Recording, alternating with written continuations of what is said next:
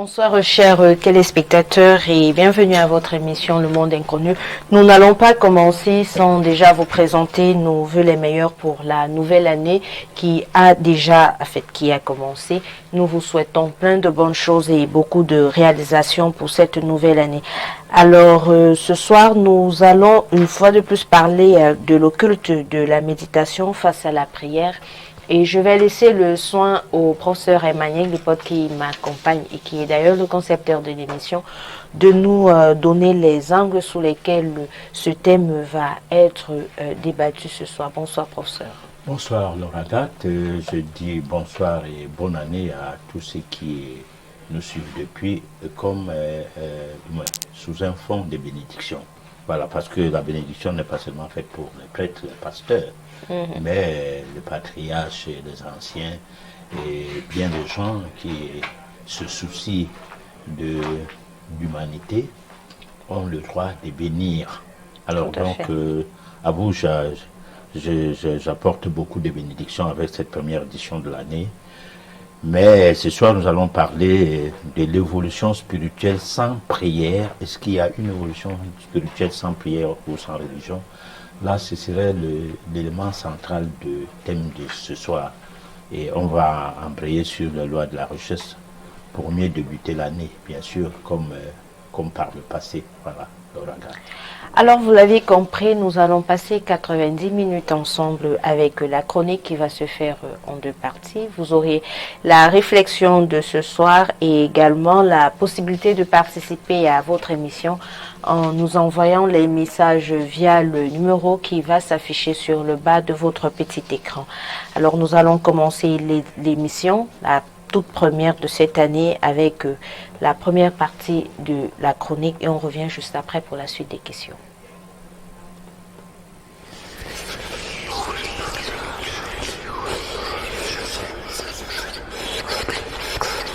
Le culte de la méditation face à la prière, 8e partie. Une évolution spirituelle sans prière, sans religion. De nos jours, est-il logique pour un Africain de vouloir vivre spirituellement sans qu'il ne s'intéresse à la prière ou sans qu'il ne soit membre d'une quelconque confrérie religieuse? À voir ce qui se passe finalement dans notre continent, logiquement la réponse à cette question sera que non. Pourtant, une telle réponse est dubitative parce que le fait d'implanter un grand nombre d'églises ou de mosquées dans notre continent, ou le fait que le nombre d'adhérents à ces mouvements ne cesse de se multiplier au jour le jour, cela ne change rien au quotidien de nos frères et sœurs africains qui font partie de ce milieu.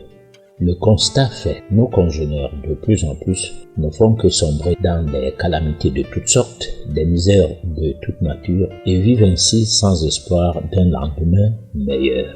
À cause de tout ceci, les revendications politiques prennent de l'ampleur. On dirait que, comme les prières dirigées vers Dieu n'ont vraiment pas pu payer, l'ultime qui reste à faire est de se mettre en politique pour revendiquer à corps et à cri une vie meilleure. Il est question de tout faire sans hésiter, même s'il faut passer par la casse pour le peu qu'il y ait un meneur, un homme, même moralement douteux, prétendant être fort pour affronter le pouvoir en place. On ne veut rien savoir sur sa moralité, rien à voir avec le côté spirituel de sa vie. On dirait que tout le monde est changé de bord pour prouver que la solution à sa précarité n'est plus du côté de Dieu. Le facteur implantation d'un grand nombre d'églises et mosquées dans un pays donné ne devrait-il pas favoriser l'évolution spirituelle aux adeptes et fidèles de ce mouvement, en sorte qu'au bout d'un certain temps, que le péché cesse d'exister dans ces pays, tant du côté des gouvernants que des gouvernés? Parce qu'un certain nombre de gens ne péchant point devraient en quelque sorte contaminer de par les bonnes mœurs qu'ils garantissent leur entourage. Malheureusement, ce n'est pas là le cas. L'Afrique allait pourtant se spiritualiser grâce à ce mouvement et son développement allait se faire sereinement. Toutefois, le développement de la donne spirituelle Made in Africa, tel que constaté, est du côté une nouvelle classe de chômeurs qui est pasteur, qui est apôtre, etc. pour la plupart d'entre eux, sans diplôme, ayant un niveau scolaire dérisoire, c'est une aubaine qui, par arrogance, fait que leur vie est dans un registre de la lutte contre la pauvreté, dont ils peuvent avouer avoir gagné puisque leur beefsteak en est garanti parce que clergé ou diseurs de l'évangile. Bien que grands gagnants de leurs fidèles, il y a lieu de reconnaître que même leurs adépenses y avoir trouvé leur compte. Raison de plus, ils s'y accrochent. Toutefois, avec ce genre de croyance, la véritable question demeure. L'Afrique profite quoi en cela? Quoi en cela, nous allons essayer d'apporter une réponse à cette question. Et pour ce faire, moi j'aimerais bien savoir vous parler d'une évolution spirituelle sans prière, sans religion. Nous nous rappelons que dans les éditions précédentes, nous avons fait un distinguo et nous avons ressorti deux types de prières. Nous avons une prière purement classique, c'est-à-dire que celle que nous avons l'habitude d'avoir dans les églises et partout ailleurs. Maintenant, nous avons la prière force. Alors moi, j'ai envie de savoir, est-ce que quand vous parlez de prière, il s'agit de la prière en général ou alors uniquement de la prière classique qui ne mènerait pas à l'évolution spirituelle? En réalité, il faut essayer de dire la chose de la prière. Il faut essayer de dire les choses comme il se doit. En réalité, la prière force, c'était une manière d'expliquer qu'on peut avoir une force de pensée. La pensée étant liée à du fait, c'est-à-dire ce genre de pensée étant lié à le fait que on a dompté ces multiples idées, c'est-à-dire parce qu'il y a un champ, un mouvement d'idées qui traversent le cerveau à un moment donné, où pendant qu'on prie, on est en même temps dans un supermarché. Pendant qu'on prie, on pense à la nourriture qu'on a laissée à la maison, si les enfants n'ont pas tout fini. Pendant qu'on prie, on pense comment monsieur ne va pas rentrer tout comme d'habitude. Lorsque on part prier, lui, il reste se balader et il dort même dehors. Tout cela, toutes ces idées-là, pendant que vous priez, viennent souvent. Alors maintenant, comment faire pour fidéliser, se fidéliser à une idée, se focaliser à une idée, c'est ça le problème de la prière. Quand on parle de prière force ou de prière classique traditionnelle qu'on connaît bien. Alors dans les prières traditionnelles, on va dans tous les sens. Parfois, on va dans un sens où, au lieu de prier, on est en train de cogiter, mais les mots sortent de la bouche quand même. Mais les idées sont ailleurs.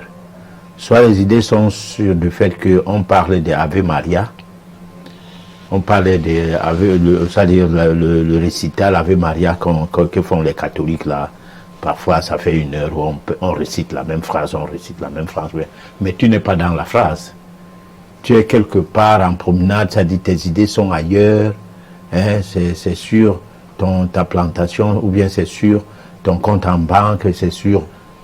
Et tout ça à la fois, parce que c'est pas seulement sur le compte en banque, parce qu'encore là, si ça se focalise sur une chose, on peut bien dire que c'est Ave Maria là, va busquer cette chose-là et faire monter donc les vibrations de ça jusqu'à l'astral et créer donc une force. Parce qu'en fait, la prière force, c'est aussi parce que on a une idée précise. C'est-à-dire, si par exemple, on veut le bonheur, mais on veut le bonheur comment? Parce que qu'est-ce que ça veut dire le bonheur? Il faut d'abord savoir qu'est-ce que c'est, parce que là, les idées fusent et diffusent, partent à gauche, à droite. Déjà, on ne sait pas qu'est-ce que c'est que le bonheur, mais on veut le bonheur. Mais là, le bonheur, c'est quoi? C'est qu'au même moment qu'on est en train de vouloir se focaliser sur cette demande ou bien cette envie d'atteindre un but, celui du bonheur, alors on pense qu'on doit trouver du travail ou bien on doit trouver de la promotion dans son travail. On pense que telle personne qui vous a trahi l'autre jour, qu'on la licencie, parce que tant qu'elle est là, vous n'allez jamais progresser, parce que sa traîtrise n'est pas parfois fondée. Donc on est dans un genre de bonheur qui va dans tous les sens parce que tout ce qu'on a comme embûche, il faut que ça s'efface. Alors c'est ça même le problème de la prière. Parce que même quand on dit qu'il faut faire la méditation, on va y arriver, bien sûr. Nous ne sommes pas en compétition avec le temps. Alors, il faut d'abord se discipliner son mental, l'amener à ce que ça retourne à la dimension de son être intérieur pour que le cœur puisse s'approprier de votre vie. Alors, vous allez vivre avec le cœur et non avec la tête. À peu près cela. Donc, ça veut dire qu'au final, la force d'une prière, c'est de pouvoir se focaliser, avoir une pensée fixe sur quelque chose de bien précis pour pouvoir émettre ses vibrations. C'est ce que... Ça veut dire ça, mais ça veut aussi dire que ça, ce n'est donc pas une prière en fait. Comme pour dire que la prière, j'insiste et je signe, ne sert à rien. Parce que la prière, pour les religieux, c'est une manière de faire le atalaku, donc flatter Dieu. Lui parler de combien le roi, de lui dire combien il est suprême, lui accabler de tous les qualificatifs nécessaires pour qu'il soit content. Parce que comme il est souvent fâché, il faut trouver des mots qui l'amènent à ne plus se fâcher de tes péchés, ou de quoi on ne sait pas, ou de t'avoir mal crié ou comment. Mais il faut que lui comprenne que tout cela, tu lui excuses ça, parce que tu sais qu'il a toute sa grandeur. Ça, c'est ça la prière. Mais cette prière-là prouve par A plus B que Dieu est un être semblable à nous. C'est-à-dire, il a un cerveau, il a un cœur, il a les pieds, il a le menton, il a la bouche, il fait pipi, il fait caca. Tout le tas de pluie que nous avons souvent, peut-être sont ces pipis comme ça. Bon, dans les pays où il y a la glace, ce sont ces caca ou quoi, on ne sait pas trop. Qu'est-ce que l'homme a dans sa tête à parler de Dieu de cette manière. Alors maintenant, c'est ce Dieu-là qui est le Tout-Puissant, qui est ceci, qui est cela. Alors, une prière gérée de cette manière voudrait que on se pose la question, comment l'homme connaît-il Dieu? Bon, parce que les livres comme la Bible, c'est les livres des hommes. Là-dedans, il y a les Salomon, il y a les David, il y a les rois, il y a ceci. Ça dit que Dieu vient seulement là pour prouver que les choses sont réglementées. Dans le passé de l'humanité, puisque en fait c'est l'histoire de l'humanité qui s'inscrit dans ce document, mais Dieu en est, on en parlait par défaut. Alors, résultat, comment l'homme connaît Dieu pour le ramener à sa pensée de façon à le mettre devant lui et commencer à lui donner l'impression qu'il s'est trop flatté, qu'il s'est bien flatté, sa divinité, c'est pas moi où le flatter ou quoi. Bon, c'est ça la question, comment il connaît Dieu? Parce que on va vous dire les livres inspirés et tout, mais il y a eu des livres avant, ceux qui ne se cultivent pas, qui sont partis de leur maison, tout petits, sont entrés à l'école primaire quelque part, se sont retrouvés au collège, d'aucuns dans les séminaires, les grands séminaires, les petits séminaires, tout, les moyens séminaires, des gros séminaires, tout ça, et d'autres dans des registres, je ne sais pas moi, universitaires et tout. Après, on finit avec ces tralala là, on se retrouve dans un travail, et ce travail, on n'a pas de culture, on n'a rien lu, on n'a pas besoin de lire des documents qui ne relèvent pas de ce que on avait à faire comme programme scolaire. Et on n'est que porté sur les 4 pôles de la domination de ceux qui nous ont formés, et donc par exemple les colons, le pôle religieux, donc le genre de Dieu qu'ils nous ont apporté, le pôle scolaire, le genre de formation scolaire qu'il nous apporte, le pôle scientifique, le genre de sciences dont il est question, dont il est question des normes sur lesquelles on doit s'accrocher. Et on ne s'imagine pas que qui dit norme dit la puissance dans les rapports de force.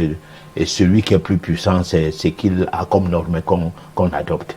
Et on dit pourtant les normes européennes, les normes de ceci, cela, mais on ne fait pas allusion que ce n'est pas la science et les normes, c'est une imposition.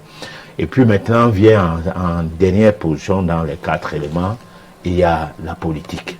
Alors la politique, la politesse a cessé d'exister. La démocratie, ce n'est plus le droit de tout un chacun, c'est le vote, c'est ceci, c'est cela. Alors on est dans un embrouille qui permet à tout un chacun de se contenter de ce qu'il a pu apprendre à l'école et de s'arrêter là, que de se casser la tête encore. Et là, si on dit, comme on nous a appris quoi, à prier, on prie. Si quelqu'un contredit la prière, c'est un sacrilège. Si quelqu'un dit que ce qu'on nous a dit n'est pas véritablement ça, mais cette personne peut passer au bûcher. Pourquoi? Parce qu'on ne veut pas dresser, disons, un lion et qu'il cesse d'être lion, dressé, il devient un félin normal, on l'abat. Bon, donc on a été dressé pour que nous suivons, nous tombons dans le suivisme qui nous met aujourd'hui en situation des connaissances livresques qui sont des connaissances néo-coloniales, et pour nous qui avons été esclavagés et colonisés par essence, nous sommes restés dedans, et les pôles de la colonisation qui dominent en nous sont d'abord d'ordre spirituel, donc occulte. Et ce pôle-là se cache derrière les églises, derrière les religions. L'islam d'un côté pour la colonisation arabe que l'Afrique a subi, et de l'autre côté le christianisme pour la colonisation occidentale, européenne, quoi, en quelque sorte. Voilà pourquoi il faut bien savoir pourquoi on prie, à quoi ça nous sert de prier. Parce qu'en fait, ça ne nous sert à rien de prier, parce que nous ne prions pas sur un modèle qui soit traditionnel par rapport à l'Afrique. Nous prions sur un modèle qu'on nous a donné pour nous distraire de ce que nous sommes, et pour que nous ne soyons pas des hommes affranchis. C'est-à-dire des êtres affranchis comme tout le monde, comme il se doit. C'est-à-dire notre patrimoine d'être humain devant être assujetti. Pour qu'on perde cela, nous nous sommes mis dans la logique de l'assimilation. Alors, professeur, vous parlez du développement de la spiritualité Made in Africa. Alors, le Made in Africa ressemblerait à quoi alors? Ça ressemble à tout ce qu'on a maintenant. Vous savez, quand les hommes politiques ont des problèmes en Afrique et pensent que les gens peuvent se distraire de leurs problèmes, on donne les décrets, c'est-à-dire on autorise la création de mouvements. Parce que les libertés qu'on a toujours réclamées, parmi lesquelles de croire, de croire qu'on te laisse croire, je ne sais pas à quoi, à Dieu, bon, de croire à quelque chose. Mais sauf que tu ne peux pas croire aux choses interdites. Qu'est-ce que c'est que dans les choses interdites? C'est des choses qui ne sont pas dans le canon de la néocolonisation. C'est-à-dire, tu ne peux pas avoir un produit en pharmacie si l'État ne t'autorise pas de le vendre. Mais tu ne verras jamais donc les produits d'un pays africain être vendus en pharmacie. Tu ne peux pas voir un groupe de gens qui ne prient pas, qui ont des religions. C'est leur manière de concevoir Dieu, ou bien la manière ancestrale, parce que leur manière c'est trop dire, mais la manière ancestrale de croire, prendre le jour comme un mouvement, sans l'autorisation de l'État. Et l'État qui met l'État en place, c'est les colons. Et cet État est surveillé, est sous surveillance, au point où il ne faut pas que l'hégémonie mise en place du bourreau d'hier, qui aujourd'hui est le protecteur, je ne sais pas moi de quoi, cette hégémonie qui est sous surveillance, donc, qui permet de surveiller, parce que l'hégémonie permet en fait de régner à maître, de dominer, de mener une surveillance pour que ce qui a été établi ou ce qui a été mis en place ne soit pas... Voilà, demeure. Alors, donc, à partir de là, il est compliqué pour les Africains de s'en sortir. Il faut que, ce que je dis là, que les gens se rendent compte que on ne peut pas s'en sortir à partir du moment où on n'a même pas pris acte, où on ne veut même pas savoir. Parce qu'il y a des gens, je discutais avec une jeune fille l'autre jour, on m'a dit, j'étais dans une boutique, j'achetais les marqueurs là, qui s'effacent, qu'on utilise pour écrire sur un tableau blanc. Alors, elle m'a raconté Jésus, Dieu, la parole, la Bible et tout. J'étais ébahi. Et au finish, tout provient des déceptions qu'elle a eues. Et qu'aujourd'hui, elle peut rester sans avoir besoin d'homme parce que Jésus est son mari. Alors, tous ces discours-là, il faut que les gens se posent la question. Qu'ils parlaient de quoi? De ce qu'on leur a dit? Si oui, qui leur ont dit ça? Pourquoi cela leur a été dit? Pour comprendre en eux-mêmes que ce qu'ils sont en train de dire vient de quelque part, mais ne vient pas par le biais d'une intelligence où on a mené une réflexion grâce à du fait qu'on est intelligent et on ne se fait pas renfouer, par exemple. Pour ça, vous dites que ce qu'on nous a dit sur Jésus vient de quelque part. Je suis d'accord avec vous. Mais on a l'habitude d'entendre, il y a un historien, malheureusement j'ai oublié son nom, qui arrive à démontrer que la Bible que nous avons actuellement serait issue de l'Égypte antique. Elle a peut-être été modifiée, mais l'original, c'est-à-dire les vrais écrits, proviennent de l'Égypte. Et il y aurait même des ressemblances avec les dieux tels que Osiris et Iris. Or, l'Égypte, c'est l'Afrique. Alors, qu'est-ce qu'il faut comprendre? Alors, il faut comprendre dans ça que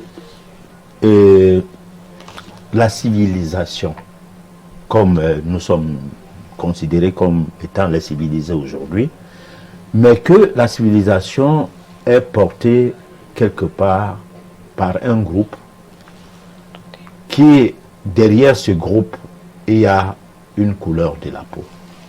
Il y a eu la civilisation numérienne qui était noire. Il y a un peu d'extrapolation en ça, parce qu'à un moment donné, on ne donne pas la chance aux Noirs, puisque c'est les Japonais qui revendiquent ça et tout, je ne sais pas moi. Ils parlaient de Nouvelle-Zélande, que le reste du continent, qui était l'Umérie, le Nu, et à cette zone de l'océan Pacifique, si j'ai bonne mémoire encore. Alors, il y a eu après la civilisation atlantienne, donc, qui était basée sur le continent Atlantique. Bon, donc, aujourd'hui, l'océan Atlantique. Ce continent, son reste, c'est l'île Pico, quelque part à la zone qui va vers le Maroc, un peu plus loin, à l'intérieur, au cœur de l'océan, entre le Maroc et les Amériques. Il y a une île. Alors, tout ce continent, le continent mu, a donné la possibilité à Atlantique d'avoir les vestiges et des documents d'histoire du monde et tout, qui datent depuis près de tant de milliards d'années, ou même plus, je ne sais pas moi.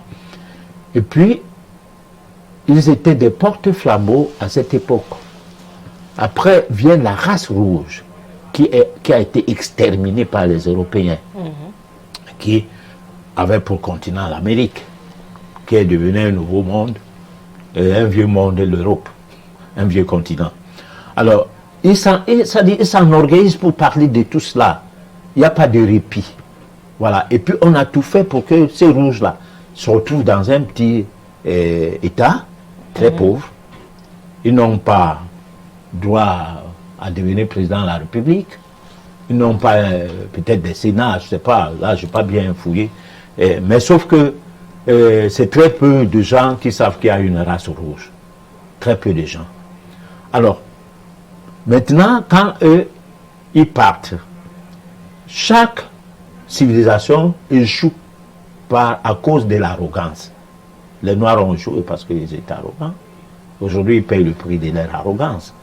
Les rouges en question ont échoué à cause de leur arrogance. Bon, c'est sous le rouge que l'arche de Noé serait établie, construite ou quoi, c'est pas moi. Alors, ils ont échoué. La race aryenne, la civilisation aryenne, comme on appelle aujourd'hui les blancs et tout, est en train d'échouer. Et elle va payer le prix de l'échec comme toutes les autres civilisations. En fait, ce n'est donc pas des civilisations, mais c'est des porte-flambeaux. C'est-à-dire, c'est le passage des témoins. Lorsque vous êtes en athlétisme et que vous faites une course à relais, je ne sais pas comment on dit ça. Alors, vous avez le bâton. Celui qui vient avec le bâton arrive à un niveau, donne le bâton là à quelqu'un d'autre à aller. Lui aussi, il court. Exactement. Bon, directement. Là, sauf que là, c'est une compétition avec plusieurs étapes et avec plusieurs concurrents. Mais ici, c'est pas une compétition. C'est une formule de l'évolution du monde. Une méthode occulte pour l'élévation de l'homme. Alors, lorsque vous êtes donc des civilisateurs, entre guillemets, des porte-flambeaux, qui se passent pour des civilisateurs, vous devez jouer le rôle des civilisateurs. Il ne doit pas avoir parmi vous des va en guerre, des malhonnêtes, des gens qui font à ce que seul leur continent et tous les biens matériels du monde et que la spiritualité soit quelque chose qui sert d'endormissement. Parce que le problème de l'Afrique, c'est que la spiritualité made in Afrique aujourd'hui, c'est Jésus-Christ et c'est Allah. Alors, ces deux Allah, c'est une conception des Arabes. C'est eux qui appellent les dieux comme ça. Jésus-Christ, les Européens ne connaissent même pas Jésus. Ça ne les intéresse pas, ils l'ont même tué. C'est eux qui l'ont mis à la croix. C'est Rome qui régnait en maître le monde. C'est l'impérialisme que nous subissons aujourd'hui, c'est parti de Rome. Donc, c'est toujours le concept social romain qui restait, qui mis sur pied depuis cette époque, qui accompagne le monde jusqu'à aujourd'hui. D'où l'importance de la papauté. Le jour qu'il n'y aura plus de pape, l'impérialisme va changer de fonctionnement et l'homme va connaître un autre fonctionnement. Il y a même des prévisions qui disent qu'il y aura une religion mondiale, il y aura une langue mondiale, un tribunal mondial, dont la société va changer. C'est à cela que nous tendons. On ne tend pas dans une société de division et tout, sauf qu'il y a souvent du ton dans tout cela, parce que la civilisation a échoué. Civiliser quelqu'un, ça veut dire que toi-même tu es civilisé. Mais un bandit, un barbare, un imposteur qui passe civiliser les gens, c'est pour les endormir et prendre les matières premières. Hein? On a tué tous les Amérindiens, les rouges. Les rouges, simplement parce qu'il y avait des montagnes d'or. On n'a pas tué tous les noirs en Afrique simplement parce que notre richesse est dans la terre. Les téléphones portables et la matière qu'on utilise dans les nanoparticules qui permettent d'avoir des vitres où tu passes le doigt comme ça, et les icônes s'ouvrent en termes de fenêtres. C'est la terre. Et ça, c'est une richesse africaine. Donc, il fallait du temps pour qu'on en arrive là. Et si on était arrivé en Afrique que ces choses étaient exposées, mais on finissait tous avec l'arme. Bon, parce que certains Européens, à l'occurrence, paix à son âme, Jacques Chirac disait que les Africains ont la peau dure parce qu'on a tout fait pour les exterminer, on n'a pas pu. Bon, mais c'est pas ça. Moi, je pense que ces imposteurs de cette époque n'ont pas voulu nous tuer tous parce qu'ils ne savaient pas l'intérêt de nous tuer. Ils voyaient que la brousse et tout. Hein, c'est les recherches qu'il fallait mener qui ont amené finalement la colonisation. Et ils ne veulent plus partir. Pourquoi? Parce que là, il faut qu'ils profitent de ces recherches et cette richesse que l'Afrique a. Professeur, vous avez parlé tout à l'heure de l'évolution occulte du monde qui voudrait qu'on aille d'une civilisation entre guillemets à une autre. Mais malheureusement, vous avez également noté le fait que chacune des civilisations, depuis la civilisation lémurienne jusqu'à celle que nous avons aujourd'hui, la aryenne, a échoué. Elles ont toutes échoué à cause de l'arrogance. Alors, moi, j'aimerais savoir, quand vous parlez d'évolution occulte du monde, est-ce que c'était prévu que toutes ces civilisations-là devraient échouer de par leur arrogance, ou alors c'est tout un autre programme d'évolution occulte du monde? Bon, alors, disons, je ne peux pas savoir si c'était prévu. Ce que je sais, c'est que la matière terre, la matière qui fait partie de notre peau, de notre carcasse, qui en fait est plus-value. C'est-à-dire, fait en sorte qu'il y a comme pour impression que la douleur qu'on a est plus importante à parer que les difficultés de maîtriser le temps et l'espace comme épreuve doivent être contournées. Et je pense que c'est là où l'homme a toujours été appelé à échouer. Parce que si on n'a pas de douleur, dans les douleurs, il y a deux sortes. Il y a la douleur que nous-mêmes nous provoquons, nous cherchons. Par exemple, la maladie. Nous sommes malades parce que nous voulons être malades. Bon, pourquoi nous voulons être malades? Soit par ignorance, soit on sait bien que ce qu'on va faire là, ou ce qu'on fait là, rend malade. On fait toujours. Parce que, par exemple, si tu dis à quelqu'un que les sucreries que vous buvez là, c'est cancérogène et tout, avec preuve à l'appui. Demain, tu le vois boire ça, même plus qu'il n'en buvait avant. Tu lui dis que c'est un médicament, l'air excipient pose tel problème. Tant que le corps médical officiel ne s'arrange pas à le décrier, même en le décriant, parce que par exemple en France, dernièrement il y a France 24 qui parlait de paracétamol en mal. Bon, mais on essaie de maquiller ça en parlant de surdosage et tout. Bon. Mais vraiment, il n'était pas gentil par rapport à ça.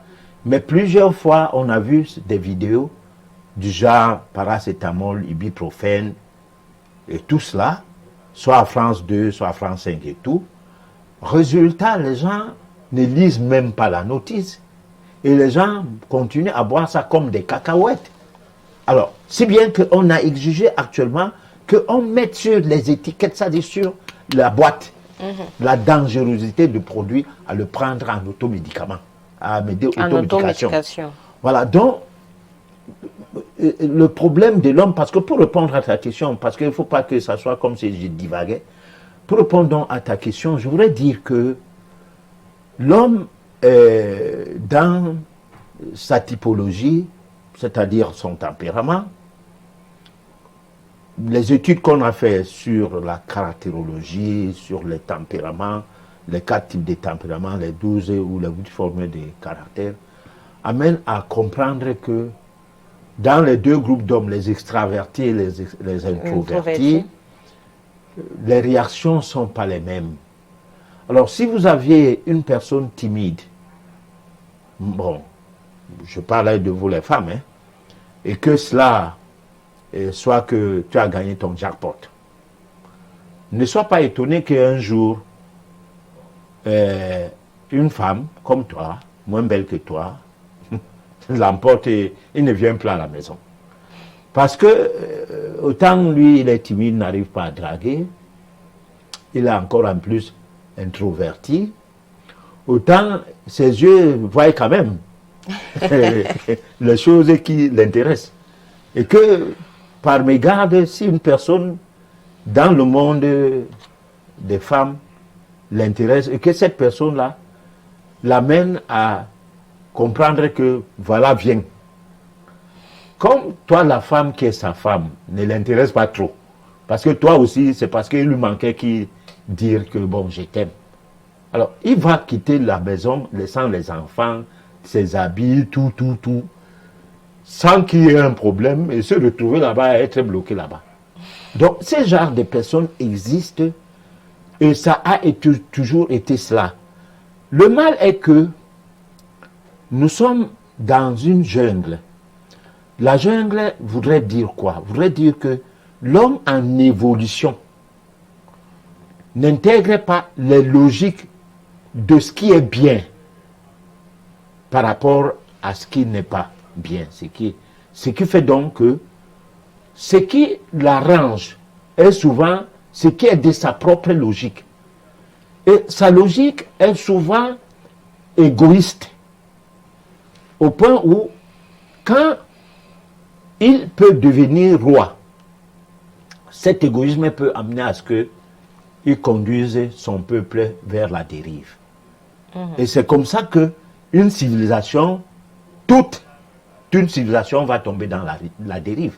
C'est comme en Afrique, si on choisit que les chefs de l'État qui obéissent aux rois suprêmes, qui sont les anciens colons, hein, alors, en faisant leur volonté, eux aussi, ils vont chercher des collaborateurs qui les obéissent.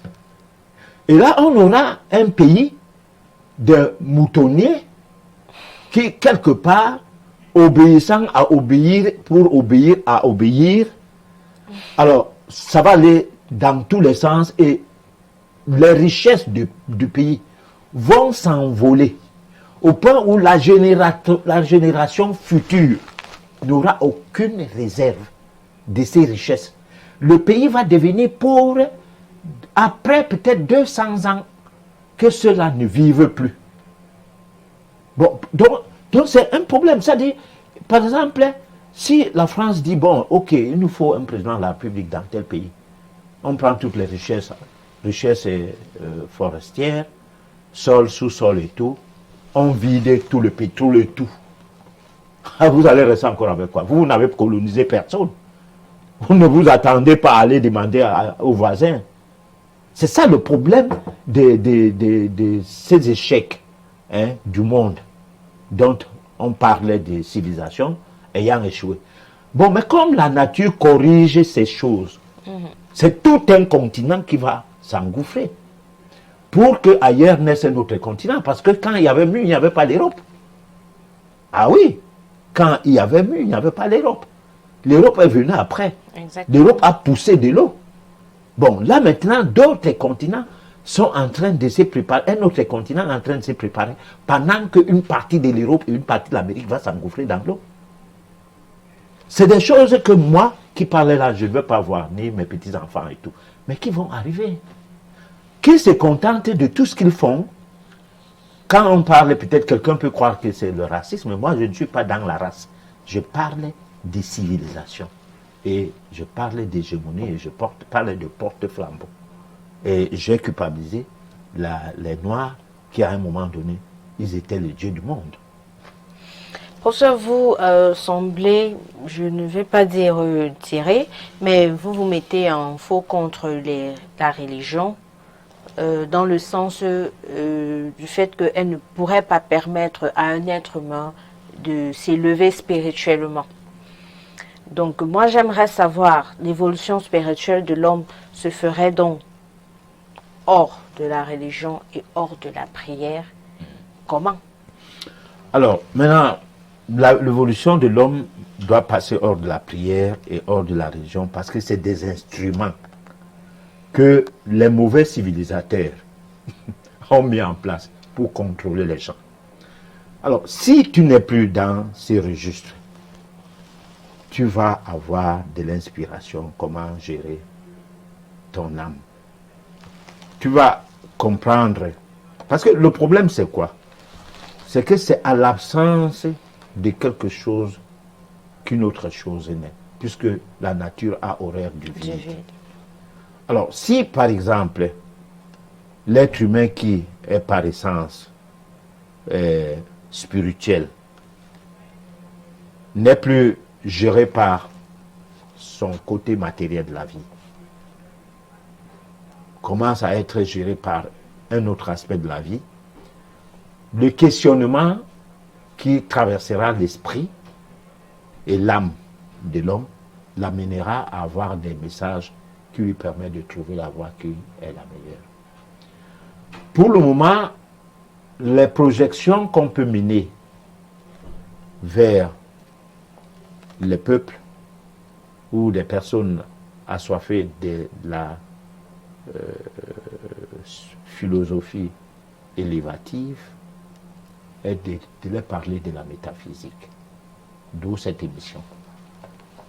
Parce que c'est une émission éthique qui responsabilise l'être humain que nous sommes, qui nécessite absolument que nous nous prenions en charge, qui nécessite à ce qu'on sache qu'entre nous et Dieu, il n'y a pas d'intermédiaire, qui nécessite qu'on sache que personne ne peut t'apprendre, ne peut t'enseigner Dieu. Parce que lui, il ne connaît pas Dieu peut-être autant que toi, ou alors pas du tout. Ou tu ne connais pas Dieu, lui aussi ne connaît pas Dieu.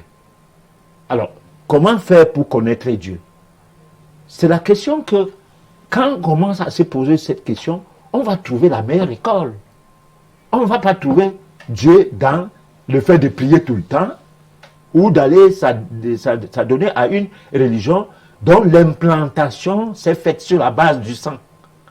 Parce que les deux forces religieuses que l'Afrique a aujourd'hui, la première, donc toutes les deux forces, la Bible était avec le fusil et le Coran était avec l'épée, avec l'arme blanche.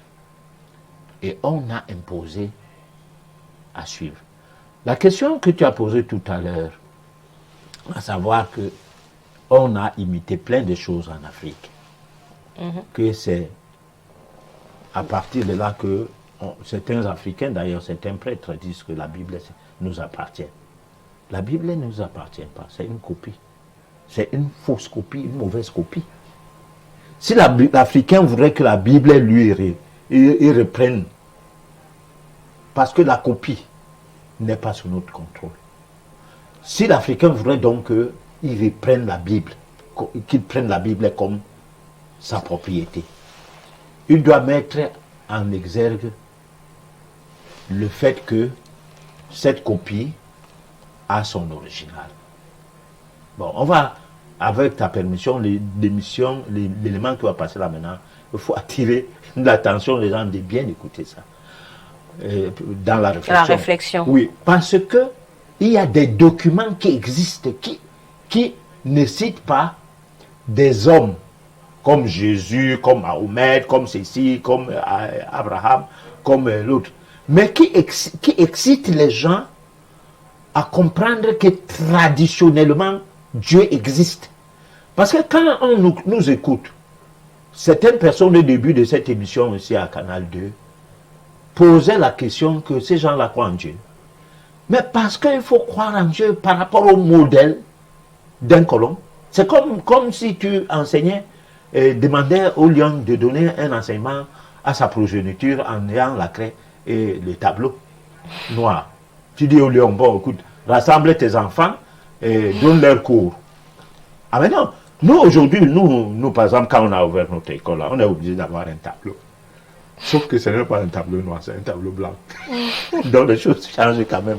Mais le tableau blanc a été adopté parce qu'on ne voulait plus la craie, parce qu'elle est salissante, par exemple. Bon, je ne sais pas pourquoi. Mais sauf que toujours des modèles copiés. Et les gens qui sont censés venir faire cours chez nous, s'ils ne trouvent pas le tableau, ils vont dire, mais ils donnent cours comment? C'est la manière du village ou c'est quelle manière? C'est l'école. Mais même si tu leur dis des choses sensées, les points d'interrogation restent dans leur tête. C'est ça les assimilés, c'est ça les néocolonisés, c'est ça les civilisés. Et une mauvaise civilisation ne donne pas la chance à ce qu'on sache qu'est-ce qui est bien dans le passé des civilisés et qu'est-ce qui ne l'est pas. Parce qu'on ne vient pas étudier vos choses. Par exemple, quand le blanc vient en Afrique, ce n'est pas pour étudier le paludisme. C'est pour donner le médicament du paludisme. Donc, où le paludisme même c'est quoi, il ne sait pas. Il dit sa chose en fonction de comment il doit vendre le médicament. Donc, l'environnement dans lequel il est entré, il y a des maladies qu'il ne connaît pas. Mais il veut soigner les gens là. C'est pourquoi on a fait taire le fait de rechercher les causes des maladies. On s'est attelé sur les manifestations. Et une manifestation égale un diagnostic qui donne un nom. Et le nom là, on doit trouver ça sur une boîte. De façon que quand on te prescrit le médicament, tu prends la boîte, tu vois le nom qu'on t'a donné, qu'on t'a étiqueté. Allez, tu bois. Tu es convaincu que non, le diagnostic était bon. Voilà. Et on va dire aux Africains, vous faites-vous des diagnostics. Vous avez des produits sans dose et tout. Comme s'il faut absolument faire comme l'autre. Alors, on va passer à la deuxième partie de la chronique et puis on revient pour la suite des questions. Les lois de la richesse. Mieux débuter l'année. Les maîtres mots qui fatalement gouvernent chaque fin d'année sont divertissement, vagabondage, huronnerie, débauche. Derrière tout cela, on constate que l'objectif réel est qu'on se mette au haut du firmament de la gaieté, d'emballement pour s'ouvrir certainement à la débauche. Pour certaines personnes, c'est l'occasion plus que jamais de tomber dans la phase inconsciente d'animalité indescriptible. C'est vrai que tous, nous sommes du rein animal et nous ne devons l'être en tant que bête, mais plus précisément en tant qu'humain, homme. Malheureusement, dans la confusion totale au cours de notre existence, nous passons des périodes à agir comme des bêtes avec manière, s'inscrivant dans une logique indébitable qui finit par susciter une quelconque posture de jouance extrême pour un rajeunissement de circonstances. Il faut remarquer combien cette période est un piège pour une certaine catégorie de personnes, surtout les personnes âgées, qui s'y prêtent pour finir tombent plus bas. Cela semble leur imposer un autre sens à leur vie.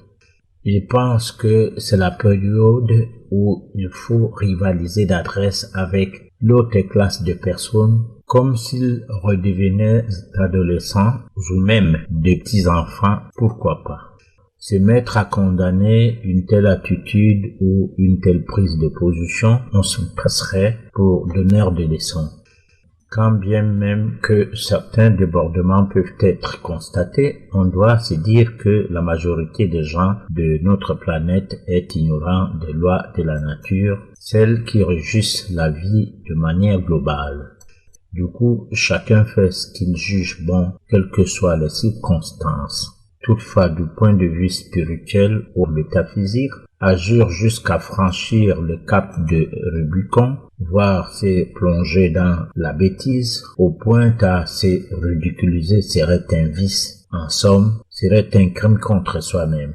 Résultat, c'est ainsi une manière d'engager votre existence sur un pan de misère et de grincement des dents, mettant celle-ci dans tous les sens sans lendemain.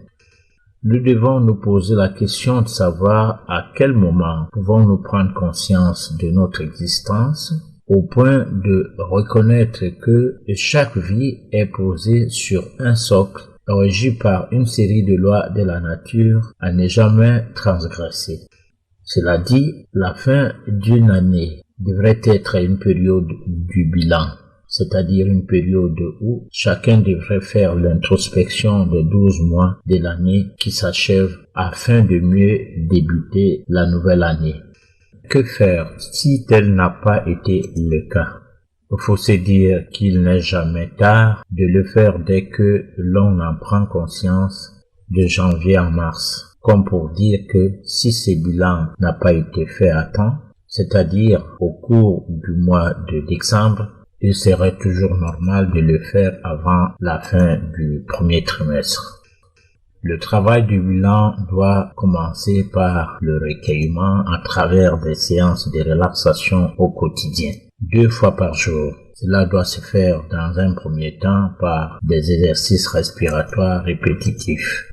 À tout moment, même pendant que l'on marche à pied ou l'on est dans un véhicule. Après cette phase, il doit s'en suivre la méditation. Elle doit se faire chaque 2 à 3 minutes et constamment. Alors, professeur, vous nous faites, alors vous nous donnez, je vais dire, une recette ou alors une formule pour mieux débuter la nouvelle année. Mais parlons, nous avons parlé dans la première partie de la chronique de la religion, de la prière et de l'évolution spirituelle. Et le plus souvent, nous savons que en fin d'année, notamment le 31 décembre, ce que nous avons l'habitude de faire, c'est d'aller à l'église. Et puis, une fois minuit sonné, on revient à la maison pour la suite des festivités. Or, votre formule semble être totalement différente de ce que nous avons d'habitude. Quelle serait donc la plus-value de cette formule-là? Alors, disons que si on prend par exemple Noël, c'est quelque chose qu'il faut éviter carrément. Je crois qu'on aura l'occasion, si nous sommes encore,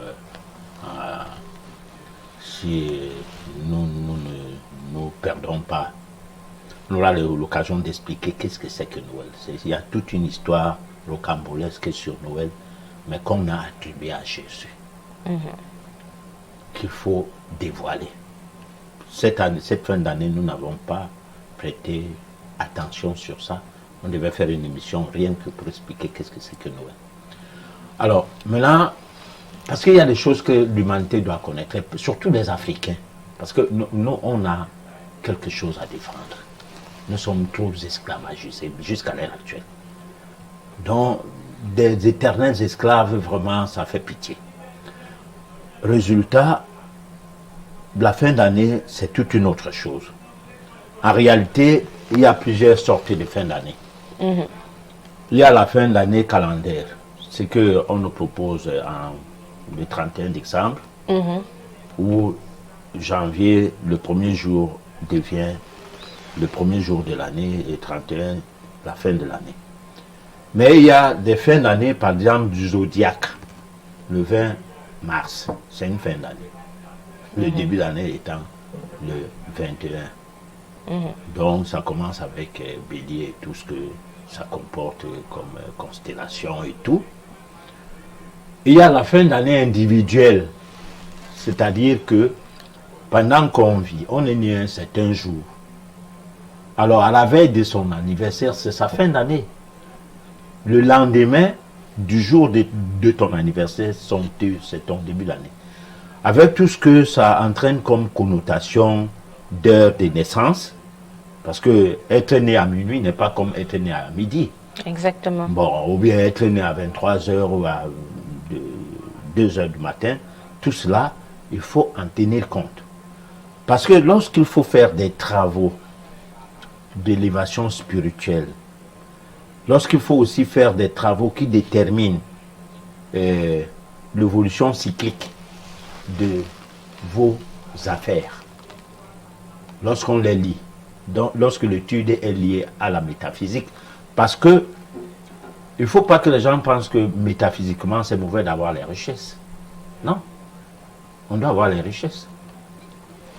Parce que si on n'avait pas de micros, on n'avait pas de caméras, s'il n'y avait pas de faisceau de diffusion et tout, nous ne serons pas en train de communiquer. Cette évolution technologique fait partie de la métaphysique.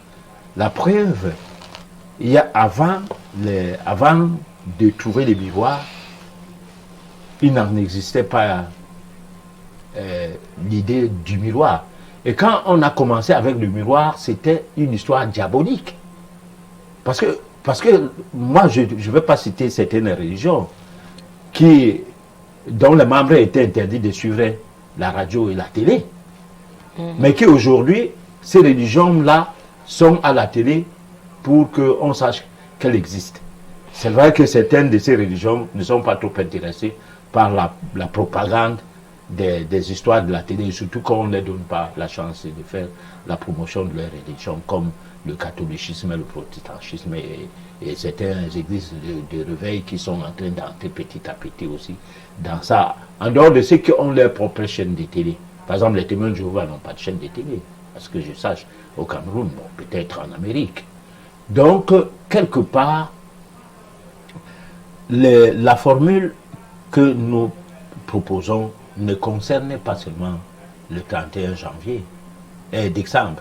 C'est une formule générale. Logique pour les travaux occultes qu'on mène par rapport à l'angle du registre qu'on veut appliquer cette formule. Par exemple, si tu décides que toi, tu te fous du 31 décembre,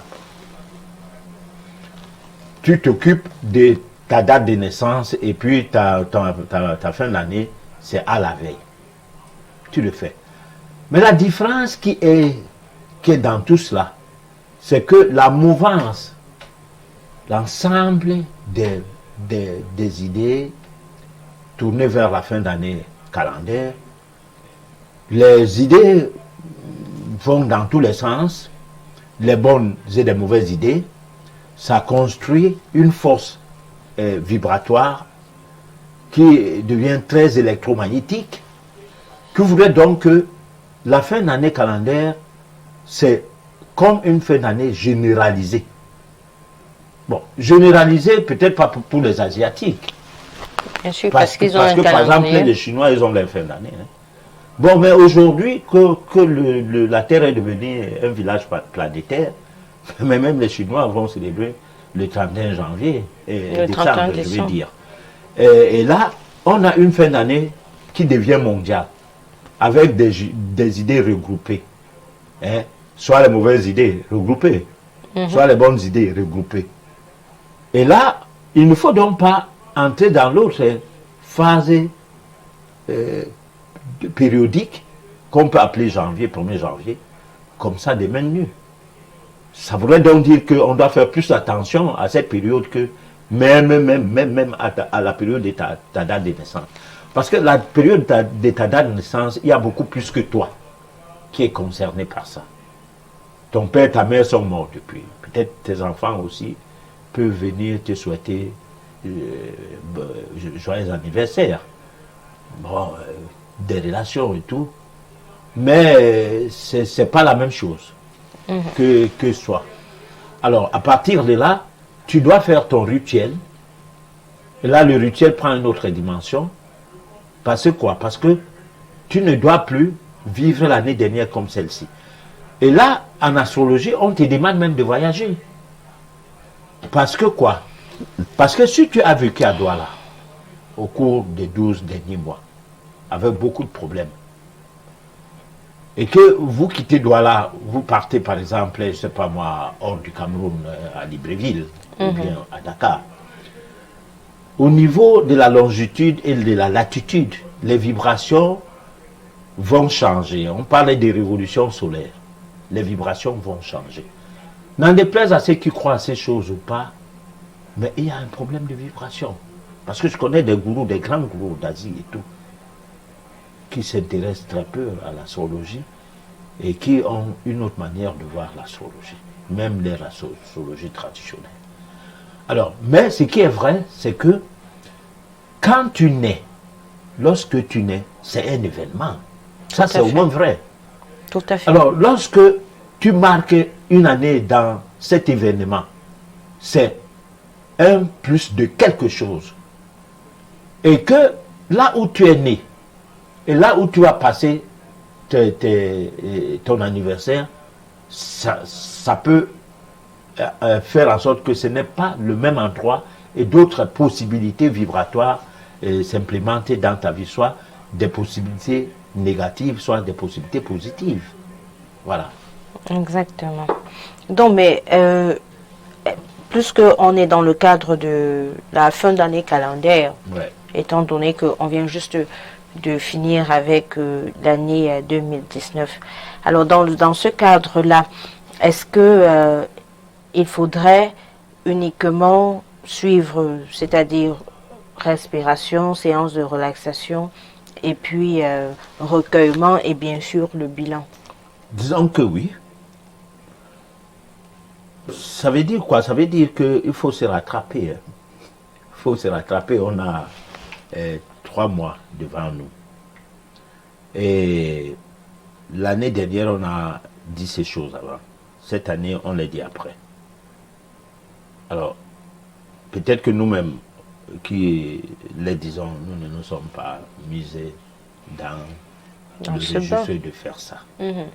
Mais on peut se rattraper. Ça veut dire que le premier mois de l'année, c'est un mois qu'on construit l'année avec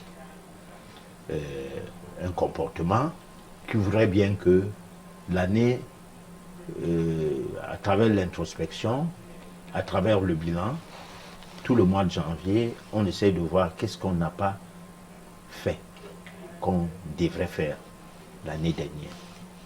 Quels sont les manquements qu'il y a eu dans notre comportement. Parce qu'il ne faut toujours pas voir les projets. Il ne faut pas voir la maison que tu n'as pas pu construire. Hein, que tu as fait juste la fondation, l'argent t'est fini, ou bien qu'est-ce qui s'est passé, ou tu t'es retrouvé en prison ou quoi, je ne sais pas. Mais il faut voir que qu'est-ce que je n'ai pas fait du domaine spirituel. Parce que, en fait, c'est ces domaines-là qui coiffent la paix. Parce que j'ai toujours eu, lorsque tu parlais de la paix, les gens, ils disent, mais moi je veux la prospérité.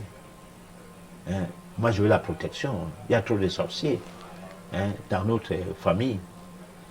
Alors, très bien, tu veux la prospérité, tu veux la protection et tout, mais tu ne veux pas la paix. Si tu as la paix, tu as tout ça. Parce que la paix de ton âme te permet d'évoluer normalement. La paix de ton âme, c'est-à-dire la vraie paix, pas la paix que quelqu'un peut être mendiant de la paix, sans que ça soit la paix. Quelqu'un peut être quelqu'un qui parlait de la paix, hein, en disant colle-moi la paix, et tu me fous le camp. C'est-à-dire, il ne veut plus te voir. Pour qu'il soit en paix, que tu partes. Hein? Non. La paix veut dire que tu peux vivre avec n'importe qui sans qu'il y ait des problèmes. Tu peux avoir des problèmes avec des gens, mais tout en essayant de tout faire pour que la paix revienne. La paix, c'est ça qui te fait. Par exemple, comme on dit souvent, celui qui se marie mal rate sa vie. Donc, dans la vie d'un être humain, c'est le domaine sentimental qui est supérieur à tout ce que nous pouvons avoir comme vie. Donc, la vie sentimentale est au-dessus de tout. Mais il y a des gens, sentimentalement, ils ne vivent pas. Il a un bon poste de travail. Mais là-bas, il embête les gens. Hein, parce que c'est un aigri. Voilà. Mais pourquoi? Parce qu'il n'est jamais en paix. Il y a quelque chose qui lui manque. Voilà. Pour ce, tout à l'heure, vous avez fait allusion aux différentes fins d'année. Et je vais m'appesantir sur la fin d'année individuelle. Ouais. Alors, pour celui-là qui a eu dont l'anniversaire était peut-être avant le 31 décembre, et qui est conscient du fait que la nouvelle année pour lui est justement au lendemain ou alors à partir du jour même de l'anniversaire. Il a pris la peine de faire son bilan, de faire le rituel, tout ce qu'il faut faire, comme ce que vous venez de nous dire. Est-ce que au bout du 31, il faudrait encore qu'il refasse un autre bilan ou alors il continue juste dans la même mouvance?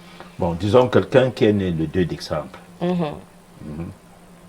Il a beaucoup de jours encore devant lui pour arriver à l'autre année. Mais son année est commencée. Ça commence le 2 décembre, son année. Alors, maintenant, ta question, c'est qu'il fait d'abord son rituel de son année individuelle, oui. Et en fin de mois même, le même mois. Du 31 décembre. Il fait encore. Est-ce qu'il devrait encore? Bon, je dis oui. Pourquoi? Parce que il s'en rime. Le problème c'est qu'une dent fait pourrir la bouche. Les fêtes de fin d'année, c'est des sales fêtes. Bon, il y en a qui boivent de l'alcool, ils partent tuer les gens dans leur voiture. Dans la voiture, ils conduisent un bus. Et il y a près de 90 personnes dans le bus. Allez, il part, il tue tous les gens. Bon, mais là, c'est karmique. Tous devraient mourir ce jour-là. C'est pourquoi ils se sont retrouvés dans le même véhicule. Personne, là, n'était indemne. Sinon, tu vas plutôt être témoin des morts. Hein, ça, de la mort des autres. Même étant dans le véhicule, toi, tu ne vas pas mourir. Et puis, tu n'auras même pas d'égratignure. Tout le monde va mourir, tu vas rester toi seul. Hein, tu vas marcher sur les cadavres pour pouvoir sortir du véhicule. Bon, et tu n'auras rien que avoir vécu une mauvaise expérience qui va t'alerter peut-être à commencer à comprendre autrement la vie, parce que c'est aussi là une preuve.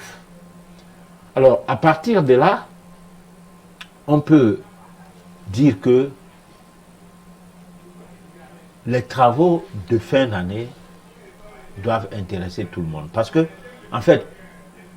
si ça intéresse tout le monde, on n'a pas de mort inutile. Si ça intéresse tout le monde, on n'a pas de manquement au cours de l'année.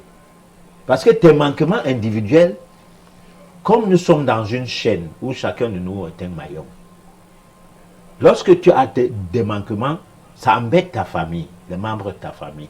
Ça embête ta collectivité, les membres de ta collectivité. Si tu as des manquements personnels, ton travail ne marche pas au cours de l'année. Hein? Et ça embête les gens. Bon, et c'est toi qui es cause de ce qui ne va pas. Et tu ne sais pas. Et tu es peut-être la première personne à se plaindre. Donc il y a un problème de fond.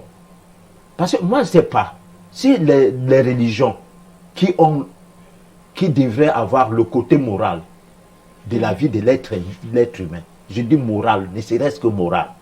Si on ne parlait pas de Dieu pour faire rêver les gens, si on parlait de Dieu de manière concrète pour voir le changement dans la vie des gens, on devrait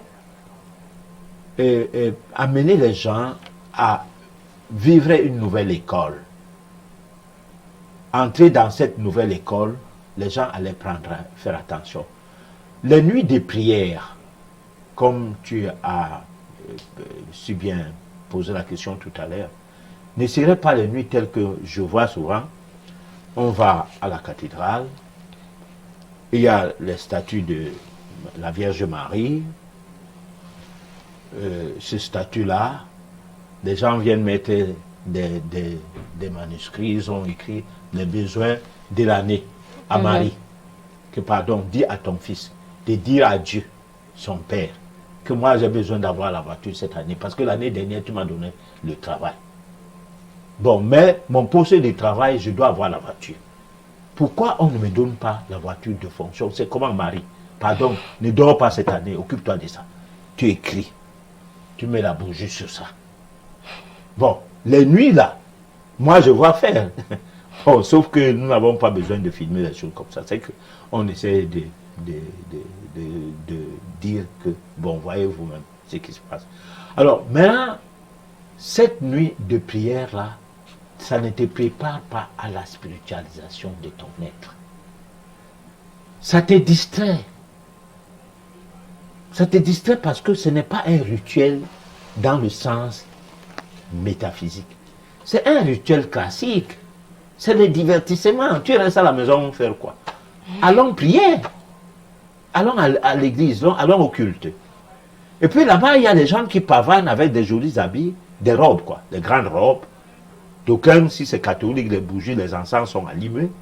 On n'a jamais expliqué aux adeptes de ces milieux que pourquoi on allume l'encens, pourquoi on allume les bougies. Mais si toi, tu allumes l'encens à la maison, chez toi, même étant catholique, un autre catholique, entre là. Tu fais les pratiques. Encens bougie dans une maison, mon frère, tu es le prêtre. Non, c'est les pratiques occultes. C'est diabolique. Voilà. D'accord, donc au finish, il faut pouvoir s'arrimer à la fin d'année, étant donné que la société c'est une chaîne et que nous sommes les maillons de cette chaîne. Donc pour que les choses aillent mieux pour tout le monde, il faut pouvoir s'arrimer. Maintenant, est-ce que le rituel est le même pour une année individuelle, une année classique?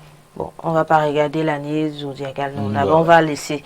Donc, individuel et classique, est-ce que le rituel est le même? C'est-à-dire, on fait son bilan, on fait des séances de relaxation, de recueillement, des exercices respiratoires et puis de la méditation. Est-ce que c'est le même rituel pour les deux? C'est le même. C'est le même, c'est le même, c'est le même. On change la manière de manger, on respire, on fait des séances de respiration, on sélectionne ce qu'on mange, on gêne même, à la limite, on gêne. À la limite. Bon.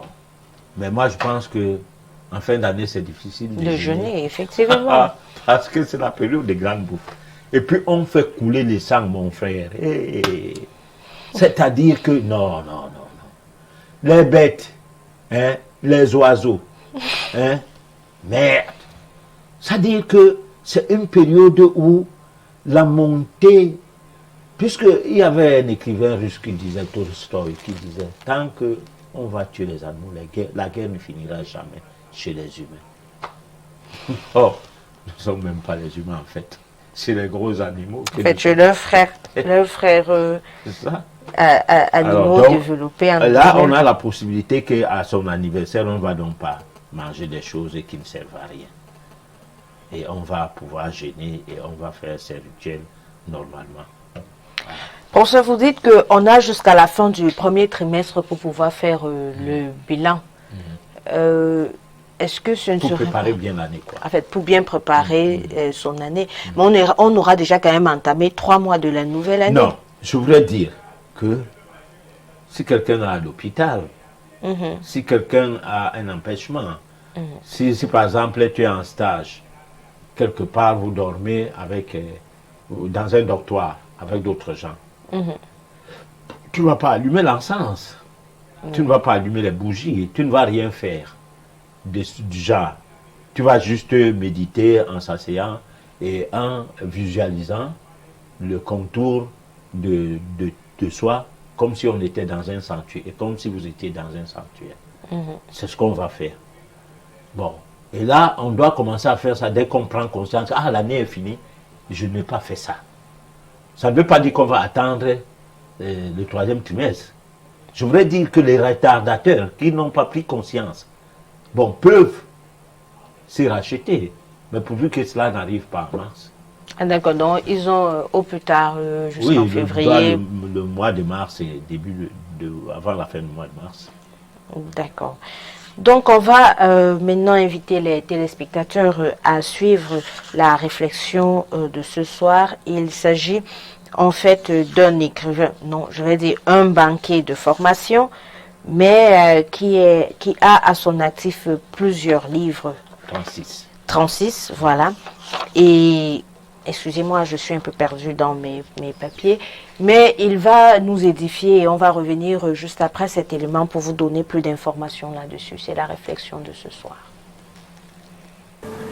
Mais bon, je vais essayer. Moi, je me définis, comme on me définit d'ailleurs, comme un Malien d'origine, Sénégalais d'adoption, panafricaniste par conviction et citoyen du monde noir par devoir de combat.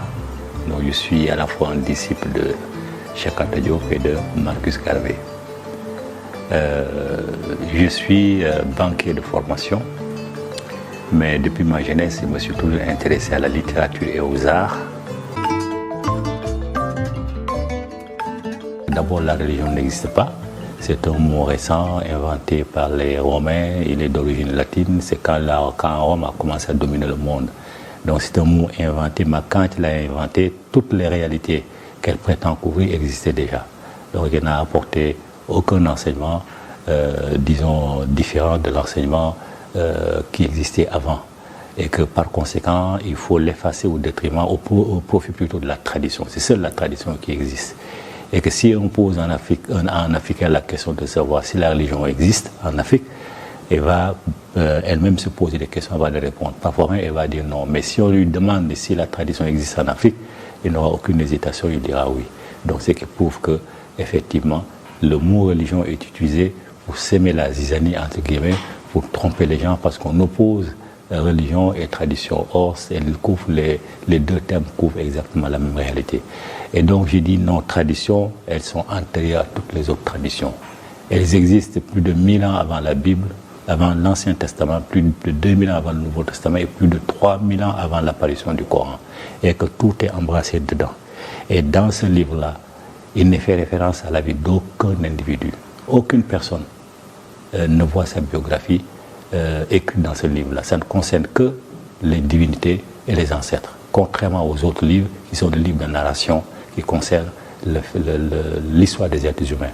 Donc ça n'a rien à voir. Et ce livre-là, chez nous, existe bien. On les appelle les médounétaires, toutes ces paroles sacrées qu'eux-mêmes ont reprises et qui sont sur les sarcophages, sur les pyramides et qui sont aussi dans les textes écrits.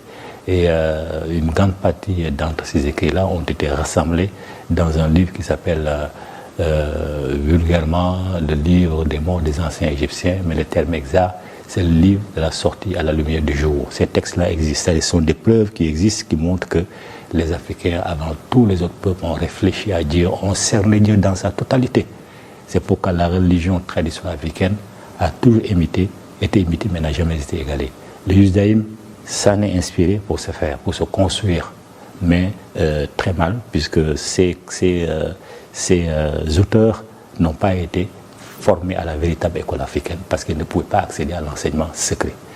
Le christianisme est venu, s'est greffé sur la Bible pour se faire, l'islam est venu et s'est appuyé sur les deux pour se construire. Donc personne ne peut comprendre le Coran s'il ne lit pas la Bible. Et les musulmans, malheureusement, ont la paresse de faire ce travail intellectuel. Certains pensent même que c'est un péché que de retourner à la Bible. Et ça, c'est dommage. Plus les populations resteront ignorantes de leur véritable tradition, mais plus l'islam va proliférer, va prospérer, et eux aussi, ils vont en tirer avantage parce qu'il n'y aura pas de contestation. Mais un Africain qui est formé à l'école africaine n'acceptera jamais la résignation. La résignation n'existe pas chez nous. C'est chez les autres qui existent, qui mettent toujours tout sur le compte de Dieu. Si on a un mauvais président, c'est Dieu qui l'a amené et on va supporter qu'il parte. Sauf quand ça chauffe, que les gens se révoltent. Mais on le supporte parce que c'est Dieu qui l'a amené pour nous. Alors pour nous, dans la tradition africaine, ce n'est pas Dieu qui choisit, ce sont les ancêtres qui choisissent. Et quand on déçoit les ancêtres, on paye cash. Donc ils le savent, c'est pourquoi ils ne retournent pas en arrière. Ce n'est pas dans leur intérêt.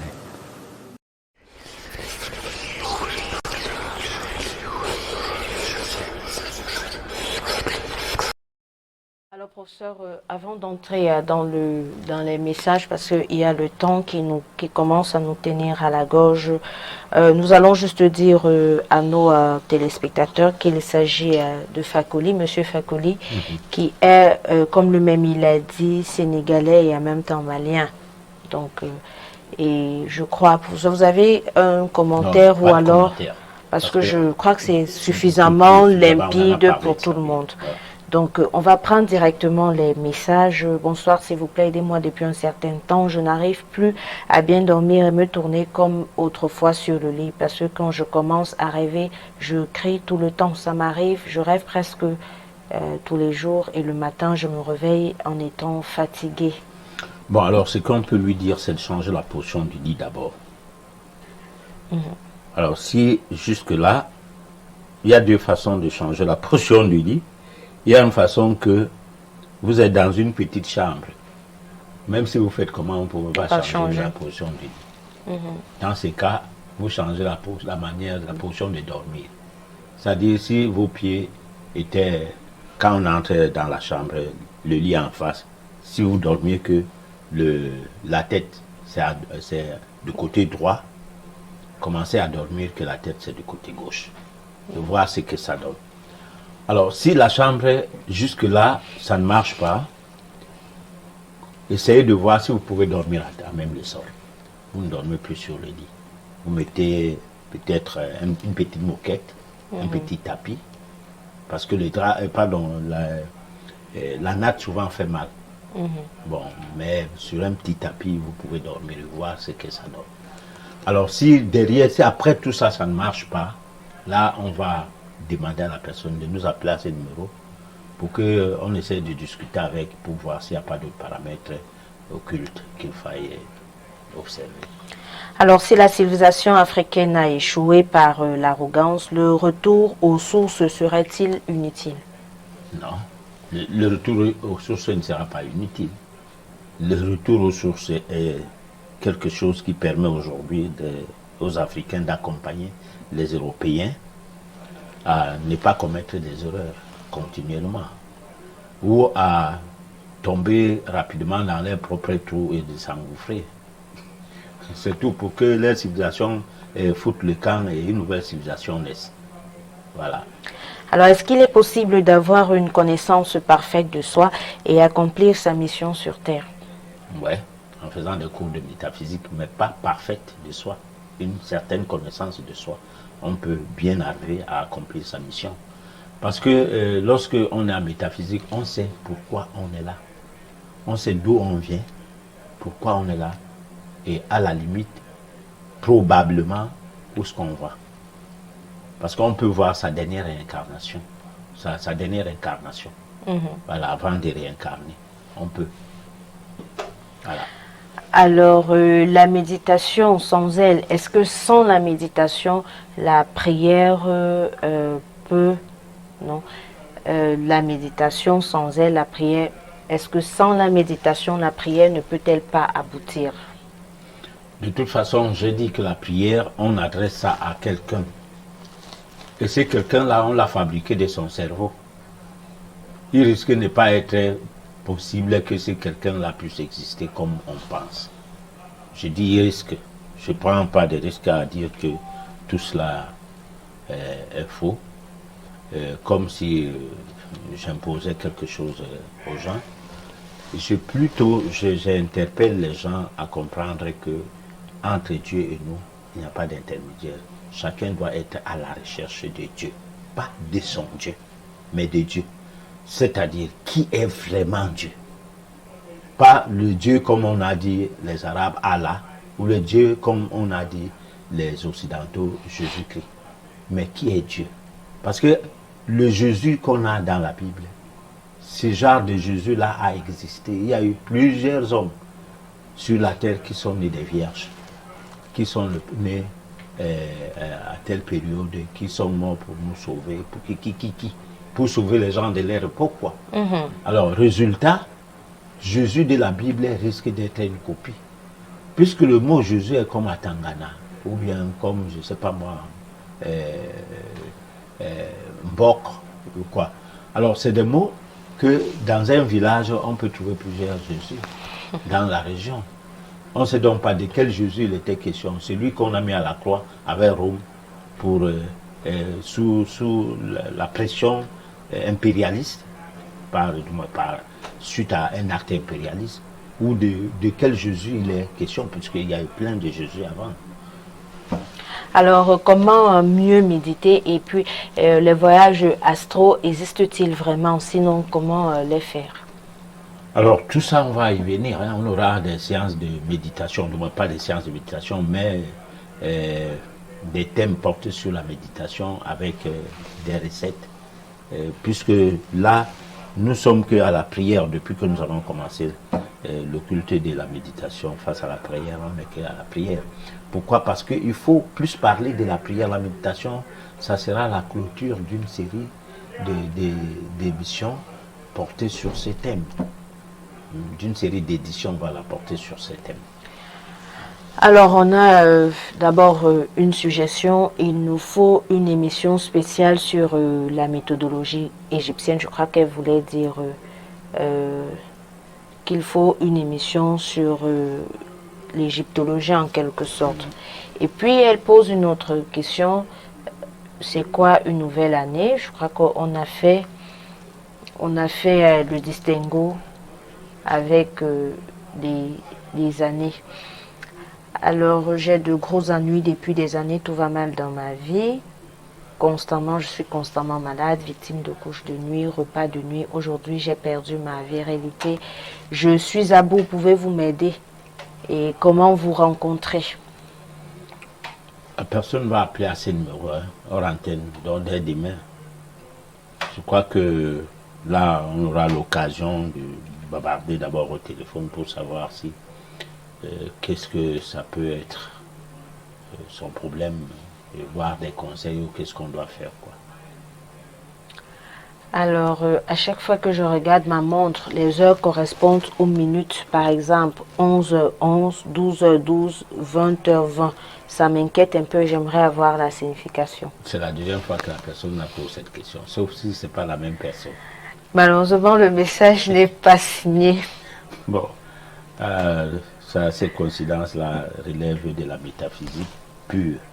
Donc, je crois qu'il faut qu'une étude de vie soit faite à l'égard de cette personne pour pouvoir décrypter le phénomène ou bien les mystères qui sont cachés dans sa vie, lesquels mystères se traduisent par ce que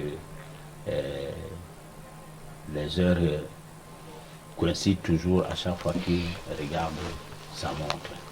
Professeur, je viens d'apprendre que la religion catholique et musulmane sont importées.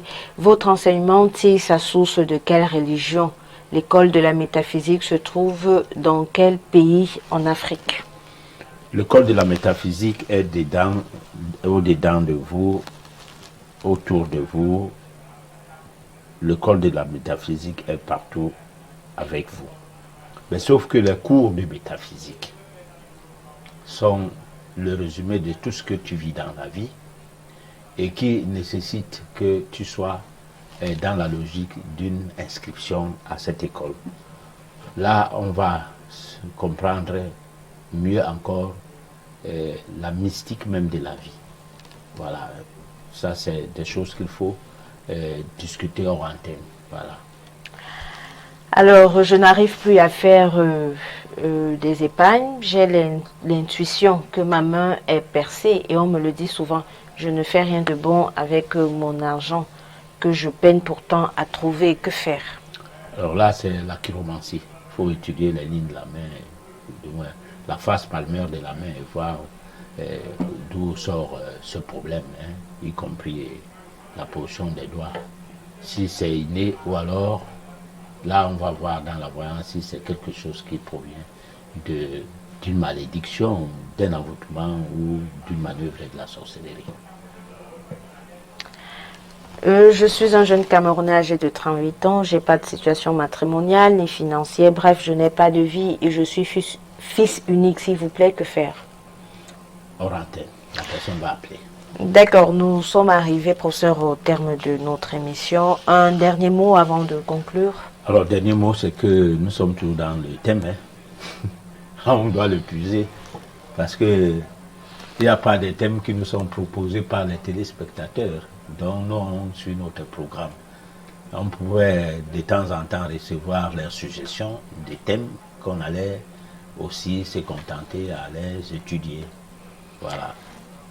Nous avions été ravis de vous savoir si nombreux et de nous écouter encore une fois de plus ce soir. Pour les messages qui n'ont pas eu de réponse, rassurez-vous, nous ferons le nécessaire pour que dans la semaine, vous puissiez avoir les réponses à vos questions.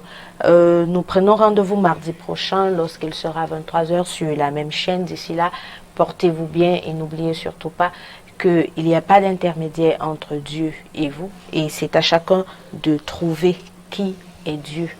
Bonsoir à vous et à mardi.